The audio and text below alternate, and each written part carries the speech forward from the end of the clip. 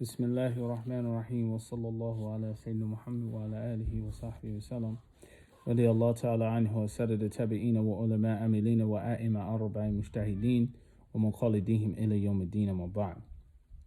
الحمد لله. Assalamu alaikum wa rahmatullahi wa barakatuh.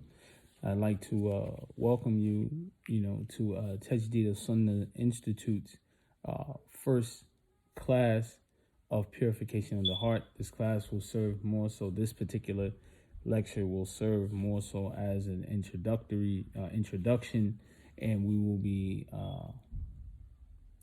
teaching this class from various texts from Sheikh Uthman Dan Fodio and his family and other scholars who are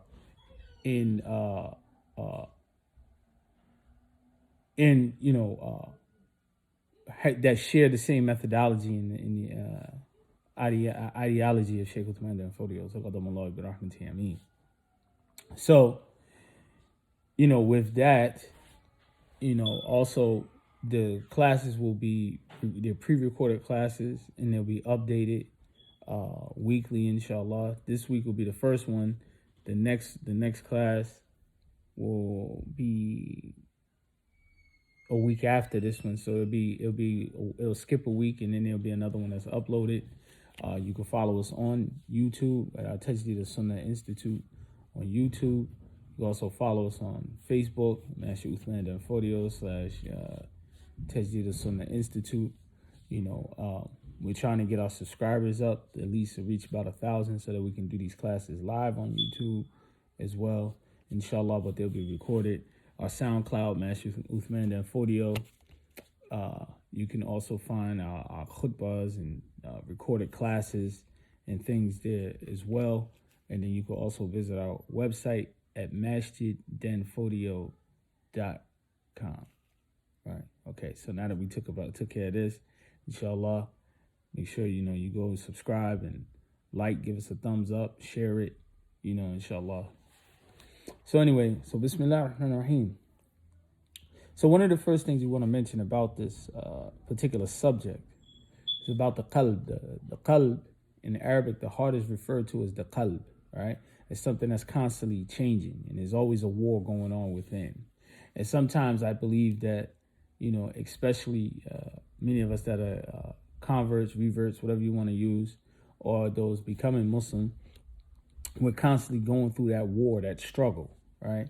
Sometimes we're under the perception that once you take Shahada, your issues, your problems have all been solved, but that's just the beginning. And there's a battleground, and the shaitan begins to attack you even harder, more consistently. He's persistent. You're going through this back and forth conflict. 1 minute, 1 minute you are Rafiq, right? Next minute you're Rufus, right? And you're constantly going back and forth. And you can see this even what is being displayed, by Muslims on social media, and then instead of aggressively or even aggressively attacking the thing that is bothering the heart, we usually make up new movements by adapting slogans and statements. Only Allah can judge me, and so on and so forth. Which opens that floodgate for you to remain in the same state that you're in. So, of course, the most important thing when one becomes Muslim is that they learn about who Allah subhanahu wa ta'ala is, right? They learn about Allah ta'ala, how Allah ta'ala doesn't resemble his creation, right? And you understand the relationship between yourself and the Creator, that the Creator, Allah subhanahu wa ta'ala, created you and you're a part of end-time creation, right? So we separate Allah subhanahu wa ta'ala from end-time creation. Once you start learning these things, then your heart will begin to open up and embrace Islam. Then the next thing you have to do after that is learn the actions of Islam, what is required of you as a Muslim, right? The learning those things that are necessarily, that are obligatory up on you in the beginning, such as salat, such as fasting Ramadan, such as paying zakat, making hajj, and so on and so forth. You learn these things that are obligatory upon you, practice them, make them as perfect as possible, right? and make sure that their learn and the intention is solely for Allah subhanahu wa ta'ala. Right? Then after that, then you come to the matters of purifying the heart, right? Where you strengthen the heart to the point that the heart becomes the place of tawheed, right? Where you begin to worship Allah subhanahu wa ta'ala like you see him, right? Now, of course, laysa kamithlihi shay. Allah ta'ala doesn't resemble his creation. So therefore, whatever you try to imagine in the mind, know that Allah subhanahu wa ta'ala is not it, because anything that you imagine is created, right? So, but however, this is why it's so important to learn usuluddin, the foundations of your belief, the foundations of your belief as a Muslim, so that you won't waver when you get to this part of worshiping Allah subhanahu wa ta'ala as though you see him. Because what does that mean? Saying worshiping Allah subhanahu wa ta'ala as though you see him, when you are doing a thing in front of someone and you know that someone is watching you, right? You try to make it as perfect as possible, especially if it's somebody that you admire and you hold high esteem for, right? Now, with Allah subhanahu wa ta'ala, like we mentioned before, and we'll constantly say it, Allah doesn't resemble his creation. So if you ever imagine an image, or if you put movement, place, and time and things of that nature to Allah subhanahu wa ta'ala, then you have to pay more attention to rectifying your belief, correcting your belief.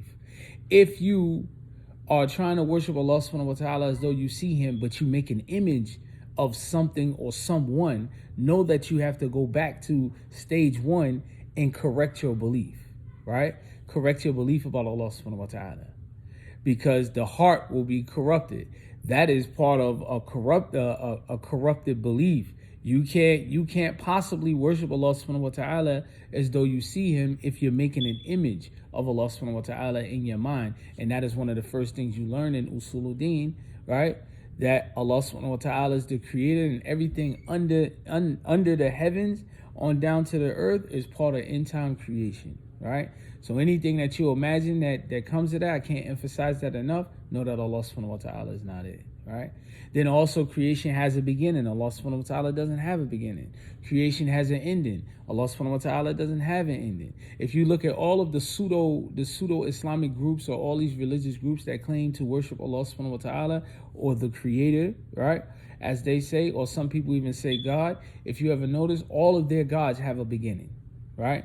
They all have a beginning. Allah subhanahu wa ta'ala existed and always existed. There's no beginning to Allah subhanahu wa ta'ala. There's no birth canal. There was no one who originated the first statue, or so on and so forth, or even those who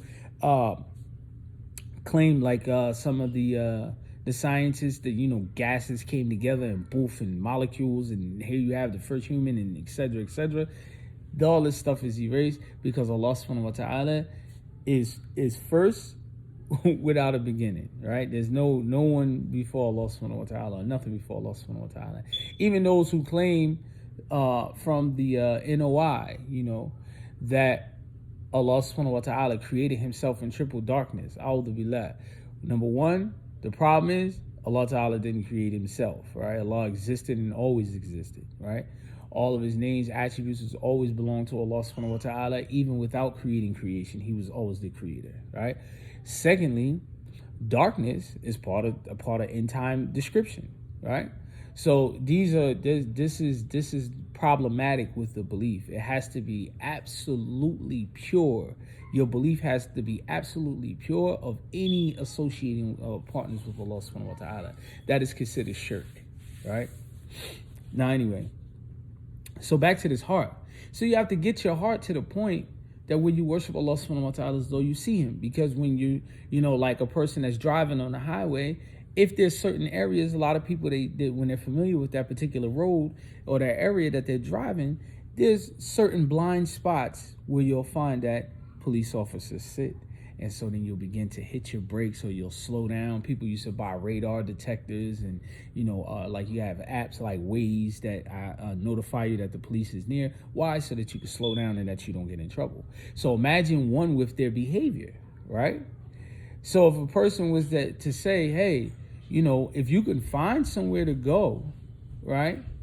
If you can find somewhere to go where you can where you can commit sins and Allah won't see you, then go ahead and go there.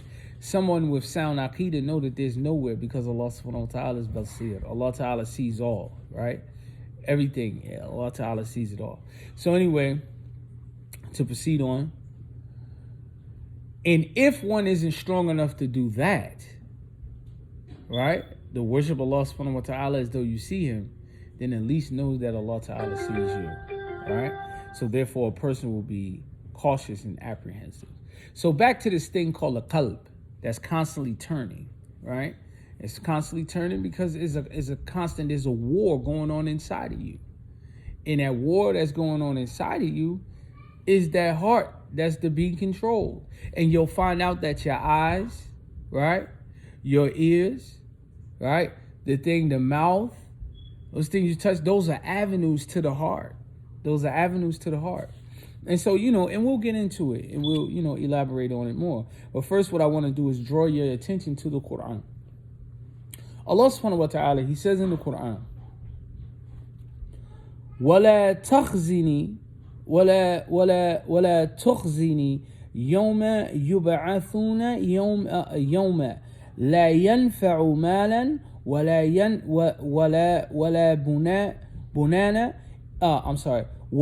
بُنَانَ وَلَا بُنُونَ إِلَّا مَنْ أَتَى اللَّهُ بِقَلْبِ السَّلِيمِ. So Allah subhanahu wa ta'ala, he's telling you about this on the Qiyamah, because the purpose of us worshiping Allah subhanahu wa ta'ala in this life is in order to secure our afterlife. If you don't believe in an afterlife, this is fundamental. This is the very fundamentals of Muslim belief. Your behavior, your ideology, your speech, everything is going in accordance with what Allah Ta'ala has revealed in the Quran, and make it match the behavior of the Prophet Muhammad Sallallahu Alaihi Wasallam in order for you to gain Jannah. We believe as Muslims in paradise, and we also believe in the hellfire. You'll be punished by hellfire, right?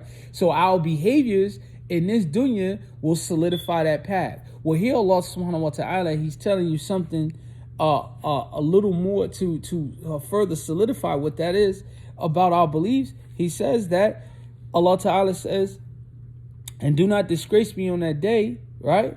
And this, of course, his servants is asking this. This is Allah Ta'ala narrating this about us. He says, وَلَا تُخْزُنِي يَوْمَ يُبْعَثُونَ يَوْمَ لَا يَنْفَعُ مَالٌ وَلَا بَنُونَ إِلَّا مَنْ أَتَى اللَّهُ بِقَلْبٍ سَلِيمٍ.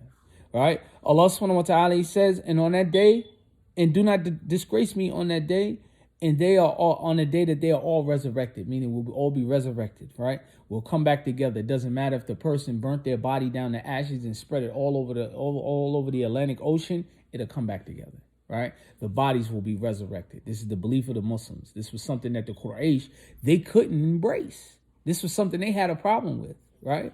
And Allah Ta'ala is telling us in the Quran, the same thing. You'll find the same belief that you'll find a lot of these pseudo-Islamic groups, fake Islamic groups that claim to be Muslim. They don't believe in the afterlife, right? So anyway, then Allah Ta'ala, he says, the day when there will be no benefit for anyone with your wealth or your children. And these are things that we brag about, our wealth, right? Whether that accumulation of wealth is by a lot of money, gold, silver, property, Bugattis, Ferragamo, or whatever is your trinket that you use to boast about or use as your thing to identify you, right?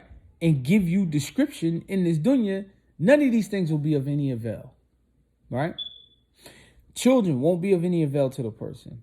But Allah subhanahu wa ta'ala, he says, إِلَّا مَنْ أَتَى اللَّهُ بِقَلْبِ السَّلِيمِ. Except for the one who comes to Allah subhanahu wa ta'ala with a sound heart. And that heart has to be free from shirk. And it has to be free from any diseases, the diseases.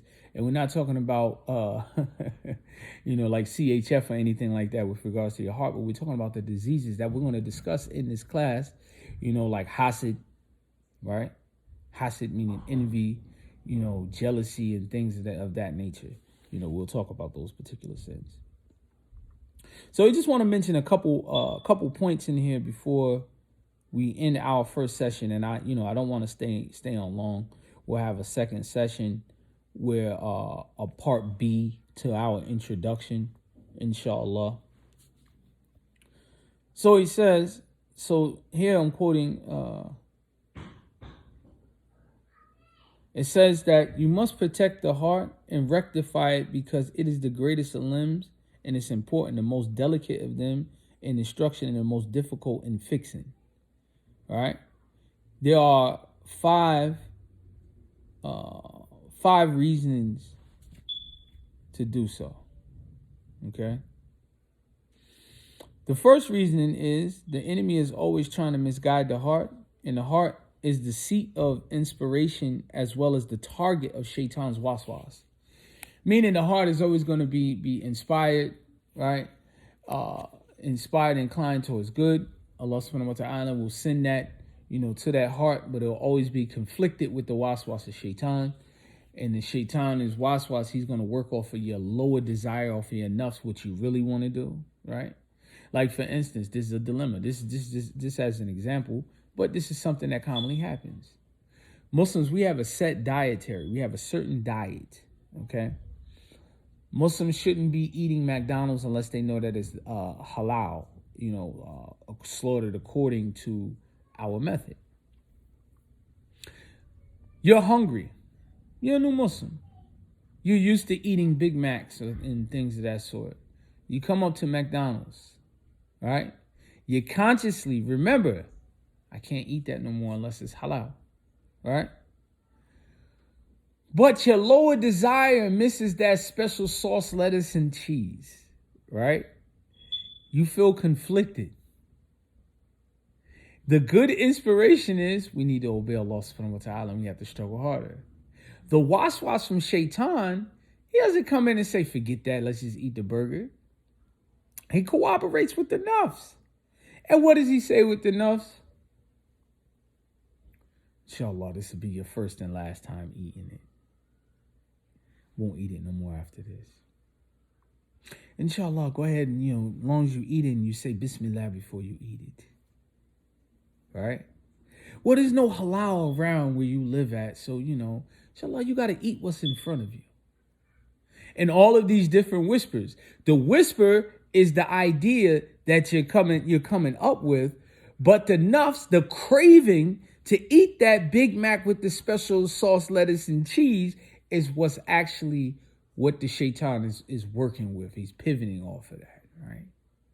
So the nafs, the lower self, is like a lover that someone has committed in their marriage, but they're cheating with the whispers of Romeo over here. Romeo is always telling, hey, such, Now, so the second is that the heart is never at rest. It's never at rest. The heart is always going. Your heart stops, you're dead. Your heart stops, is dead, right? Inspiring wisdom and also misguiding lust is always at battle attempting to take over your heart. That's the second thing. This third thing is the heart is always surrounded by obstacle and hindrance, some sort of hindrance. And this process is always an endless process. This will never stop until you're dead. The fourth thing is that it's quickly affected by change and attraction. It's constantly attacked by doubts and whispering, right? As Allah subhanahu wa ta'ala, he says in the Quran, he says, وَاعْلَمُوا أَنَّ اللَّهَ يَعْلَمُ مَا فِي أَنفُسِكُمْ فَاحْذَرُوهُ. Right? That Allah ta'ala, he says he knows what is in your soul, within you. Therefore, beware of Allah subhanahu wa ta'ala. And there's other verses like this. There's other ayats like this. Allah subhanahu wa ta'ala, the Messenger of Allah sallallahu alayhi wa sallam, he said in the hadith, he said that Allah ta'ala does not look at your shapes, nor your personalities or your clothing, but rather Allah subhanahu wa ta'ala, he looks at what is in the heart, right? Third thing, the heart is the king and the limbs are its subjects. If it is sound, then they are sound. And if it is corrupt, then they are corrupt. And also there's a hadith that corroborates with this same quote here. The fourth thing is that the heart is a treasure. It's a treasure house of precious wealth, like the intellect, the aql, and ilm, knowledge, right? The like of this treasure is that it is to be guarded from every sort of impurity. And this is how you have to treat the heart. You can't allow the heart to be affected by something that's impure, because if it's infected, because remember, the qalb is constantly turning, it's constant rotation, it's always on the move. If the qalb is affected in this manner, then what happens? Right? You're constantly on a back and forth. And this is why a person, the statement is it's a statement that we always, people mention, especially people that are in relationships and conflicted relationships. They say, man, my heart and my mind is at war. The person is going back and forth. You're hearing what everybody's saying. And then people be like, man, just go with your heart, and so on and so forth. Because the heart is a constant battleground, and it's always back and forth. And you have to do the best you can to protect it. Usually there's a certain pattern. When a person is on a path where they're going to fall off of their strong Islamic practice, right? Where they're going to fall off of it, meaning that they'll decrease in doing certain good actions, and you become lazy and overtaken by laziness and etc. Usually there's things that you would adapt and embrace with it. One is usually some sort of ideology. Either you're reading some sort of books that is going to influence your output, because what goes in also it comes out too, right? So you might listen to some music, right? You might watch a television show, right? And these things are affecting your thinking, right? Where at one time you were very strong, like if you look now, where most Muslims are celebrating, at least in the West, non-Muslim holidays. How did that one start? At one point in time, people were conflicted. People were solid on, look, we don't do those things. They're associated with paganism, etc., etc. And then as time went, people deep down inside had that lower desire to make those particular practices. Then they started saying things like, well, it ain't, it's not religious, right? Everything with a Muslim is religious. Everything has to do with deen. But anyway, they'll come up with these ideas. It's not religious. Oh, it's not this. It's not that. Where you start to rationalize and go back and forth. Which when we, our first chapter's class, you'll see the shehu, he makes a comparison with a person who does not take care to guard their heart against the waswas of shaitan. He compares them to the Mu'tazila. And the Mu'tazila, if you're not familiar with them, they were one of the early on groups that they would like basically like philosophize in ways outside, philosophize themselves outside of the practice of the Sunnah of the Prophet sallallahu alaihi wasallam, right?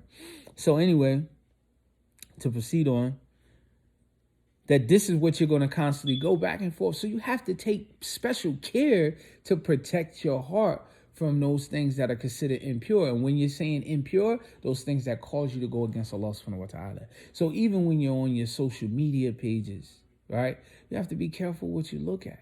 You may have a young man who's not married, right? And he has a high sexual appetite.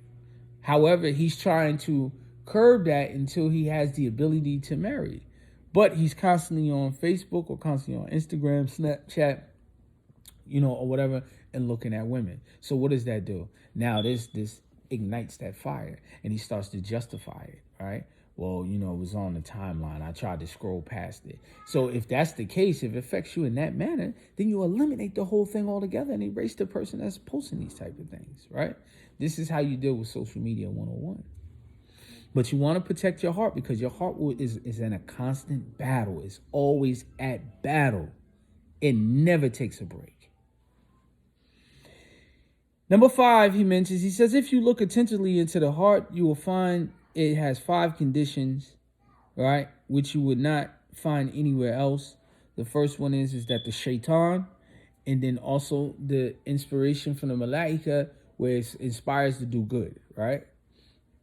Do not aim for anything except the heart. The second thing, the heart is always occupied, and it is a field for 2 armies: the corrupt passion and its forces, and the intellect and its forces. Right?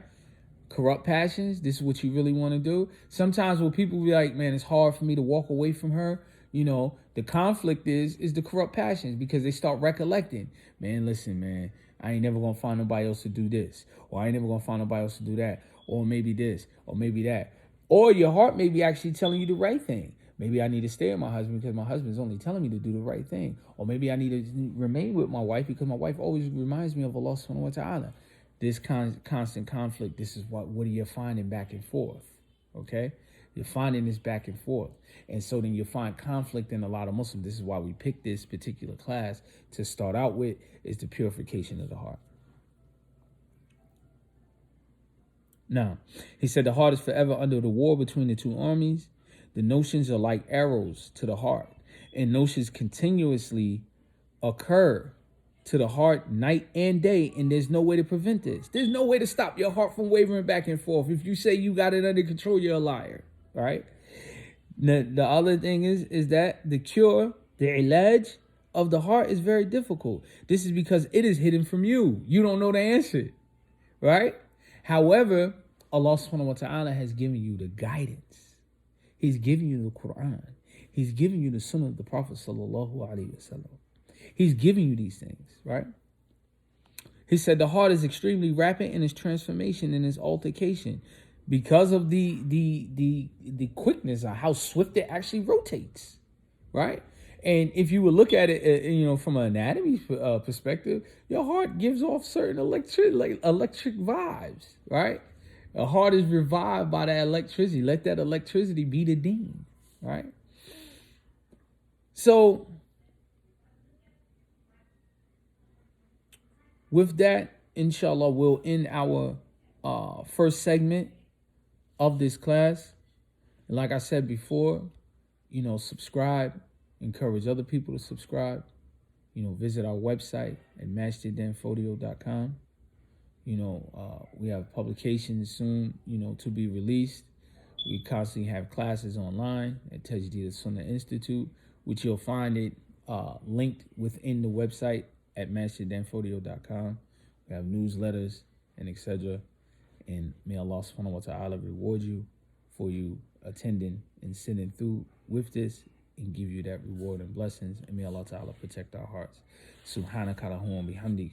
Wa ashhadu an la ilaha illa anta wa astaghfiruka wa atubu ilayk.